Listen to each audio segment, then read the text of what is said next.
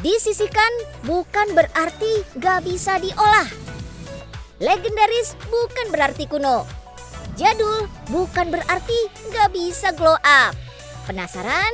Yuk langsung kita kepoin.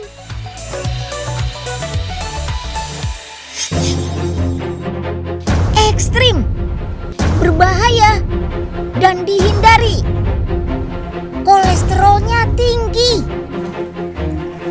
tapi rasanya enak. Ya kan? Mana tahan sih ngelihat paru sambal ijo kayak gini. Aslinya konsumsi jeroan dalam porsi yang benar punya manfaat loh buat tubuh. Karena jeroan adalah multivitamin alami. Mengandung nutrisi padat seperti vitamin B, zat besi, fosfor, magnesium, dan vitamin A, D, E, K yang larut dalam air. Tapi harus dalam porsi yang benar ya, gak boleh ngasal. Mengolahnya juga harus ekstra. Untuk paru sapi harus direbus selama 2 jam. Biar aroma amis hilang dan teksturnya lebih kering saat digoreng. Paru sambal ijo ini dimasak pakai bumbu khas Aceh.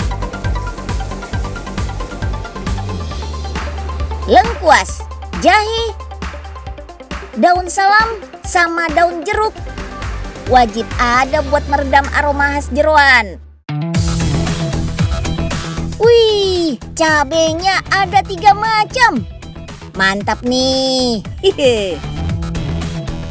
Saat zaman kolonial, jeroan sempat masuk daftar hitam niaga bahan makanan loh.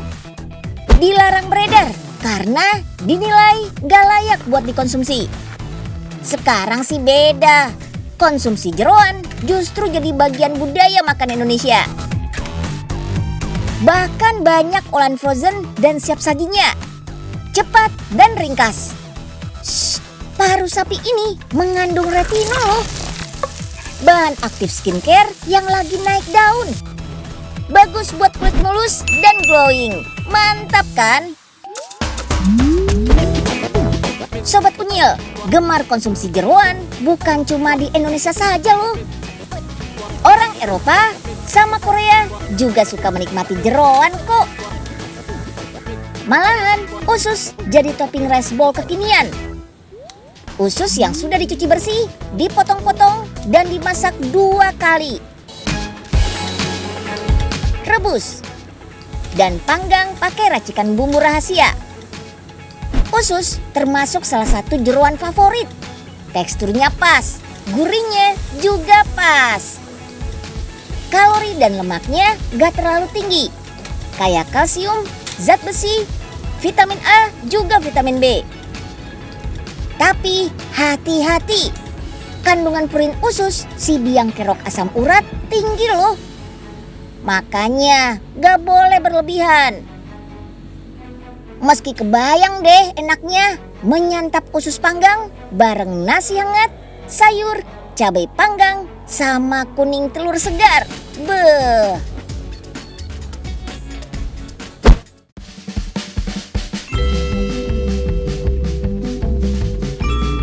Batagor, bakso, tahu, goreng. Baksonya bukan dari sapi, tapi pakai ikan tenggiri. Olahan ikan di daerah pesisir bukan hal aneh. Tapi Bandung yang dataran tinggi dan jauh dari pantai justru punya makanan khas dari ikan. Tenggiri hidup di perairan dangkal, tersebar di seantero Indonesia. Menangkap ikan tenggiri harus pakai umpan khusus, yaitu ikan tembang, komo, dan selar yang masih hidup. Untuk bahan batagor Bandung, tenggiri harus didatangkan dari Jakarta dan Cirebon. Yap, harus melewati perjalanan panjang sebelum ikan berubah bentuk jadi sepiring batagor. Disisit, salah satu batagor legendaris di kota Bandung. Di batagor ini kita menggunakan ikan tenggiri yang segar, yang belum frozen. Jadi masih fresh dan sehari mungkin kita habiskan 30 sampai 40 kg ikan tenggiri sehari. Pak Kris mengemban tanggung jawab sebagai generasi kedua usaha Batagor yang berdiri sejak tahun 1985. Keaslian Batagor yang berbahan utama ikan tenggiri tetap dijaga. Bukan sembarang tenggiri. Tenggiri minimal berusia 1 tahun dengan bobot lebih dari 3,5 kg. Ikan tenggiri dibersihkan dan dikerok dagingnya. Di Batagor Riri kita menggunakan bumbu-bumbu yang natural semua seperti tapioka, garam, penyedap rasa, dan merica. Tidak ditambahkan lagi pengawet atau perasa-perasa lain yang artifisial. Jadi kita pure makanan ini sehat. Adonan daging tenggiri dikombinasikan dengan tahu. Tahu inilah yang bikin Batagor beda sama somai yang dibungkus pakai kulit dari tepung. Menurut info yang Unyil baca, Batagor berawal dari ketidaksengajaan. Tahun 70-an, pedagang tahu bakso menggoreng dagangan yang tidak laku terjual. Dari situlah, tahu bakso yang tadinya dikukus, diolah lagi dengan cara digoreng. Tapi saat itu masih disebut tahu bakso goreng saja.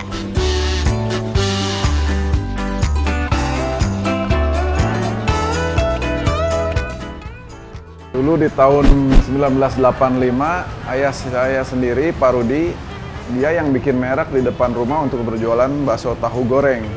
Dia singkat menjadi Batagor. Apa yang bikin Batagor dari kedai ini punya banyak penggemar? Kualitas tetap terjaga sejak tahun 1985.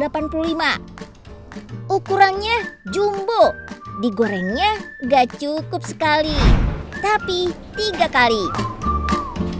Penggorengan pertama pada suhu rendah untuk mematangkan bagian dalam.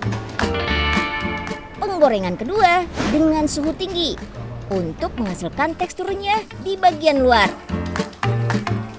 Penggorengan ketiga untuk menghangatkan saja.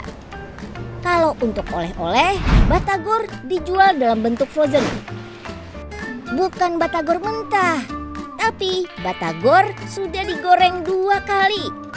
Menggunakan kemasan vakum, Batagor ini bisa tahan sampai 24 jam di suhu ruangan dan 2 bulan di freezer. Apalagi yang bikin Batagor makin nikmat? Yap, bumbu kacangnya. Untuk bumbu kacangnya sendiri, Batagor ini tetap menggunakan resep lama sejak dahulu yang tetap sama, cara memasaknya pun sama. Karena kita ingin menciptakan suatu rasa yang tetap ada dari dulu sampai sekarang, rasa sambalnya pun sama. Cara makan Batagor original bukan disiram bumbu kacang, tapi Batagornya dicocol. Cuma balik lagi ke selera aja ya. Mempertahankan usaha selama lebih dari 30 tahun, apa cukup dengan menjaga rasa dan kualitas? No, tetap harus ada inovasi dan variasi. Batagor original, cek. Batagor frozen, cek. Siomay, cek. Batagor kuah, cek. Inovasi Batagor dengan kuah bakso juga jadi favorit. Mirip seperti bakwan Kawi.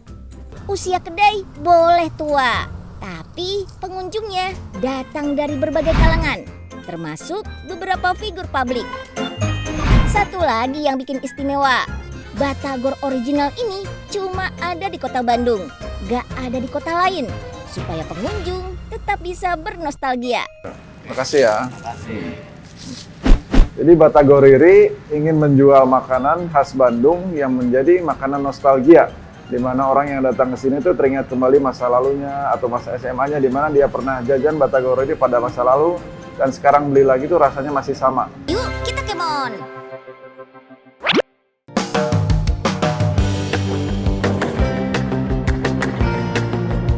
Laksa, mie kenyal berpadu dengan kuah gurih kental, perpaduan yang pas. Makanan perpaduan Melayu dan Tionghoa ini tersebar di seantero Asia Tenggara. That's why tiap negara dan daerah punya laksa dengan ciri khas masing-masing. Ada laksa Malaysia, laksa Singapura, laksa Betawi, laksa Bogor, laksa Medan, dan masih banyak lagi. Kalau yang ini laksa Tangerang. Tampilannya lebih sederhana dibanding laksa dari daerah lain. Nah, ini namanya laksa Tangerang. Bedanya sama Bogor, ini mie-nya terbuat dari beras. Di kuahnya ada kacang hijau, kentang, sama kelapa goreng.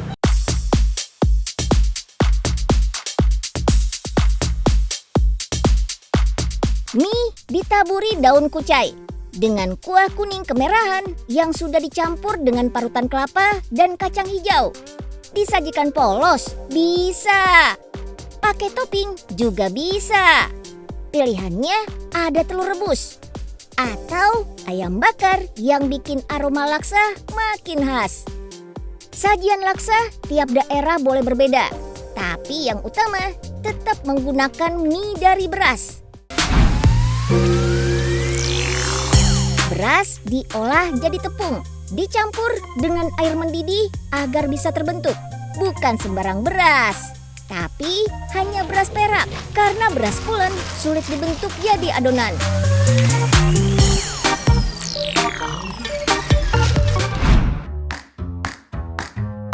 Dikukus hingga 3,5 jam, lalu dicetak. Mie beras bisa digunakan tanpa perlu dimasak lagi.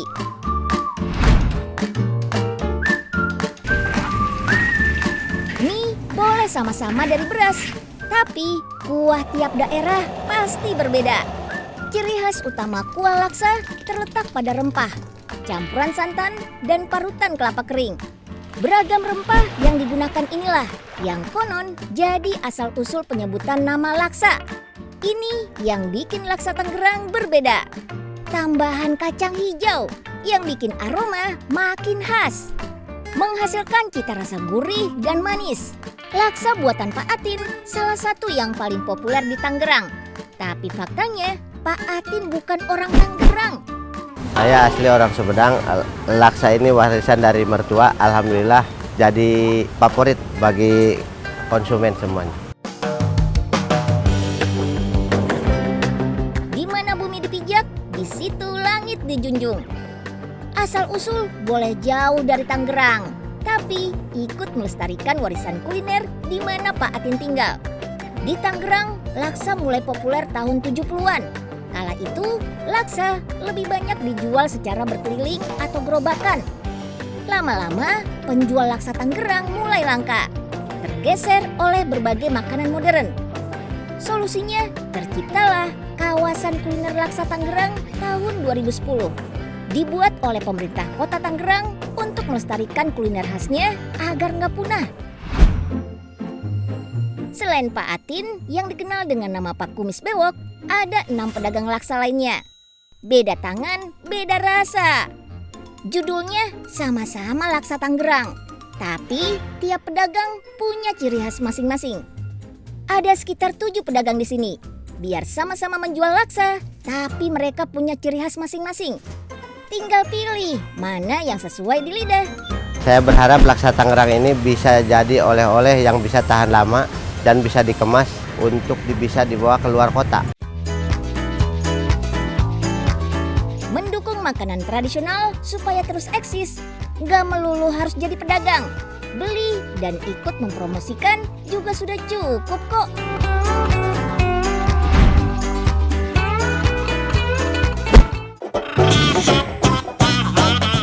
Ini klepon. Ini juga klepon. Yang ini sama, klepon juga. Sempat jadi makanan istana di era Presiden Soekarno, klepon terus eksis lewat banyak cara. Baik dari isian, bentuk, maupun kreasi lainnya. Sekali gigit, pecah di mulut. Manisnya gula merah langsung memanjakan lidah. Khas kue klepon banget nih. Nah, isian klepon zaman now gak cuma gula merah loh. Tapi ada stroberi, blueberry, coklat, tiramisu, green tea, keju, sama pasta kurma.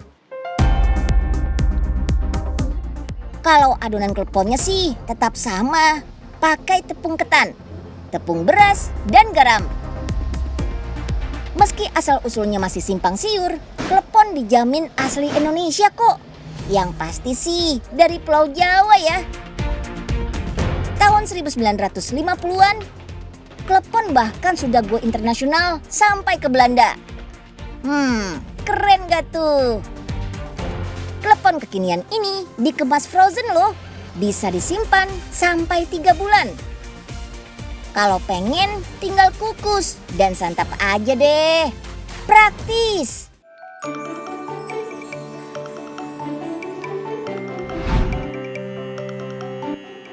Rasa klepon yang ngangenin ternyata juga enak dibuat jadi roti. Namanya roti klepon. Warnanya harus hijau dong ya. Pakai pewarna alami dari daun suji. Jadi aman kok. Perlambang kesejahteraan dan kesuburan pulau-pulau di Indonesia merupakan makna di balik warna hijau khas klepon. Jadi bukan sekedar hijau menggugah selera aja ya. Untuk isiannya pasti campuran parutan kelapa kering sama gula merah dong. Racikan resep klepon ini punya makna filosofis yang dalam loh. Melambangkan kesederhanaan yang manis. Karena meski dibuat dari bahan-bahan murah dan sederhana, hasilnya tetap manis di setiap gigitan. Makanya klepon sering ditemukan dalam berbagai upacara adat di tanah air kan. Tabur kelapa kering. Biarkan mengembang. Panggang deh. Roti klepon siap dinikmati.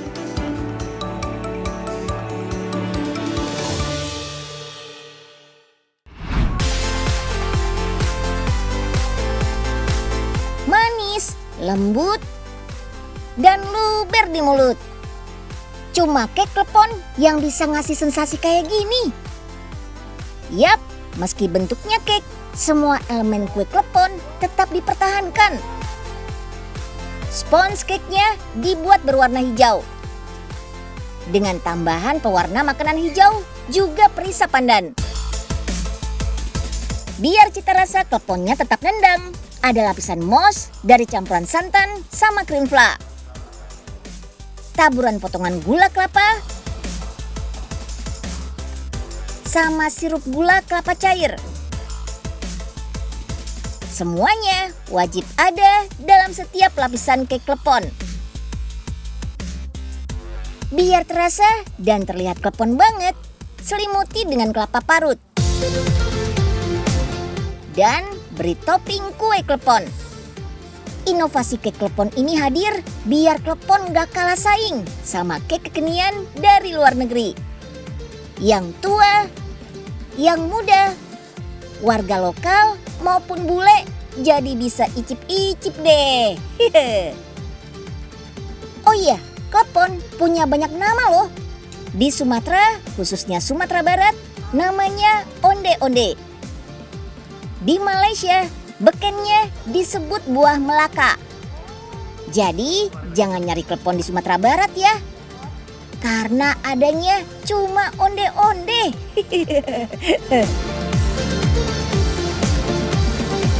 Yuk kita kemon.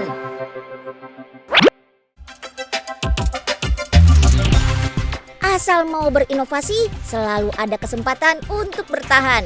Udahan dulu ya informasi si Unyil hari ini. Sampai jumpa di episode berikutnya.